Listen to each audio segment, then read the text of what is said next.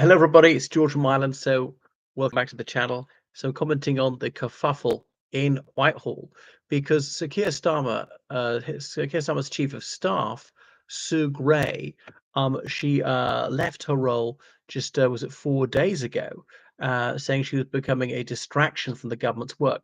That was only 3 months into this government. Remember, they kissed hands on the 5th of July. That's the expression for the prime minister being appointed by the king and the other cabinet ministers.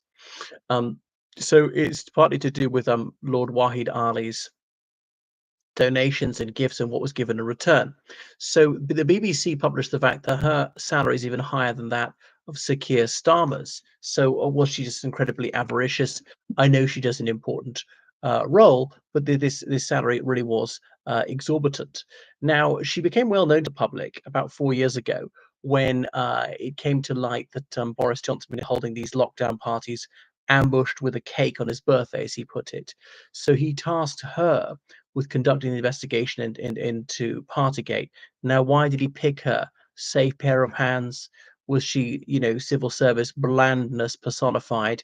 Wouldn't actually attribute culpability, which makes me think of the Butler inquiry. Lord Robin Butler, formerly head of the civil service, he was master of my college. I knew him quite well, but and then he had to conduct this inquiry into the use of intelligence, the lead up to the Iraq War in 2003. Now, did Sir Tony Blair pick him because he thought he's a Mandarin and speaks Mandarin, as Andrew Marr put it, that he wouldn't come down on one side or the other, he would draw no clear conclusions, blah, blah, blah. So there was collective failure, not point the finger, and really whitewash. Presumably that's why he chose him. I mean, if you got to choose the judge in your own trial, you would pick someone you think was highly sympathetic. Nemo Iudex in causa sua. Um, Anyway, civil servants meant to be anonymous. Well, they are most of the time, and neutral and permanent, how they're different from politicians. So, but then when it was announced that Sue Gray was going to take over this key role in Labour, some people say, "Oh, well, it proves that she's got a left-wing bias." I don't know. She might do. I mean, this is not implausible. So she stepped aside, and Morgan McSweeney, who's from Cork, hurrah, has taken over. So he's been a Labour Party member since 1998, since the Good Friday Agreement. So anyway, Miss Gray said she was delighted to have done her bit to help the Labour government deliver.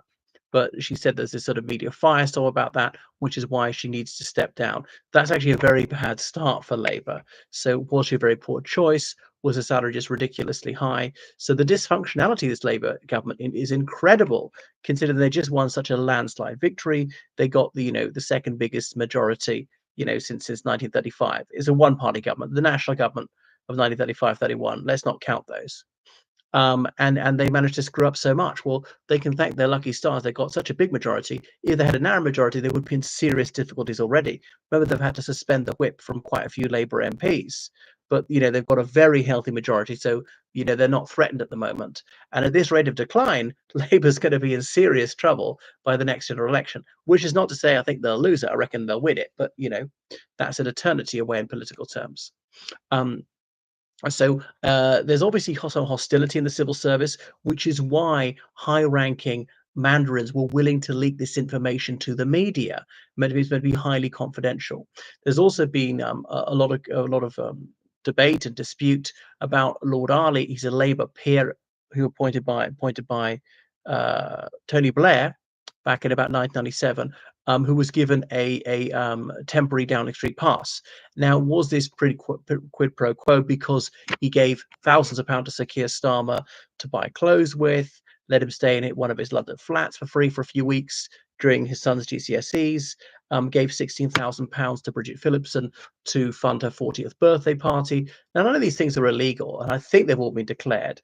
All right, if someone, I mean, I don't begrudge Bridget Phillipson, the education secretary, her birthday party. Well, she's a sort of the anti-education secretary, really, if you look at her school fees tax policy, but that's another story. But does it call into question her judgment? Was she beholden into some way? Did this produce a sense of indebtedness amongst Labour cabinet ministers, which made them bend the rules and behave unethically? It does seem to be rather conflicting with the Nolan principles of probity in public life. published by Nolan back about 30 years ago in the John Major government. But there were some cabinet ministers who certainly held Sue Gray in high regard. So she's an overtly political appointment, and this is something that Maggie Thatcher brought in. It's got a lot worse since of partisanship in the civil service, there to drive forward the ideology of one party or other. But anyway, the Deputy Prime Minister Angela Rayner has said that Sue Gray did outstanding work and she shouldn't be trolled by the media like this, and that was somehow gendered. Well, I don't think so. I don't know if anything was remotely gendered about what they said.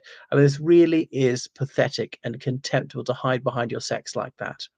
Um, she had been a career civil servant, left the civil service, came back. She even got off to run a pub in Northern Ireland in the 1980s, leading some people think she was a spook. Okay. And so some people in the Labour Party, supposedly the moderates, were dissatisfied that a civil servant was so high up. Anyway, so there are also 4 different appointments been made, a new strategic communications lead.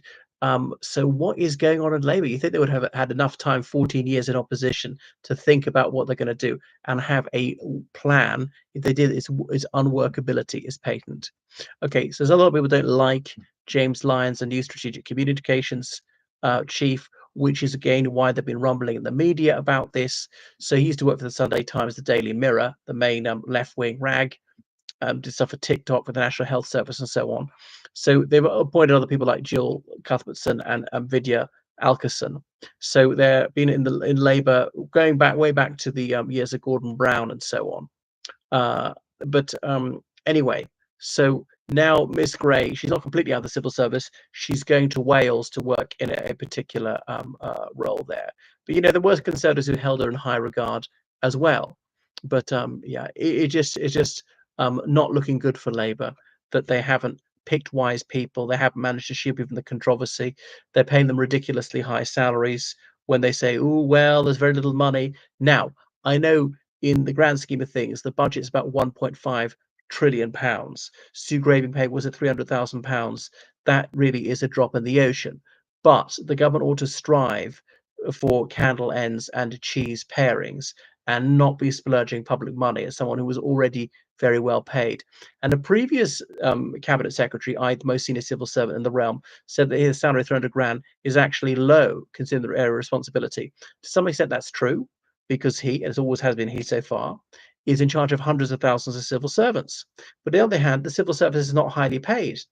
You accept that. If you don't accept that, leave. If you think you're not paid what you deserve, you go and find that job that pays you the salary you think you're worth. Okay, there are advantages to civil service. It's a last job for life. You can join at 18, stay till 67. So long as you keep your nose clean, you are unsackable. And it's 40 hours weeks, is very rarely more.